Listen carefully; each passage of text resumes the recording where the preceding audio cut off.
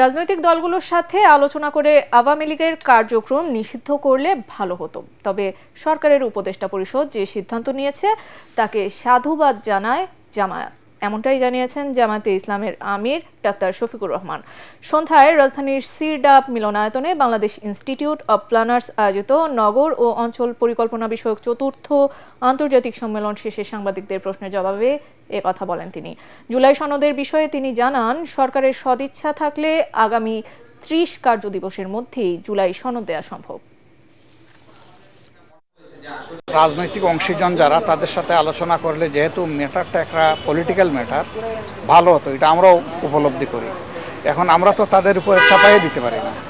এটা তারা ভালো মনে করেছেন যে তাদের উপদেষ্টা পরিষদের বৈঠক করে তারা সেখান থেকে একটা ডিসিশন দিয়েছেন, ভালো হতো, নো ডাউট ভালো হতো অংশীজনের সাথে আলাপ করলে। তারপরেও যেটা হয়েছে, আগামীকাল কিভাবে আসে সেটা দেখার পরে আমরা গতিপথ নির্ধারণ করবো ইনশাল্লাহ।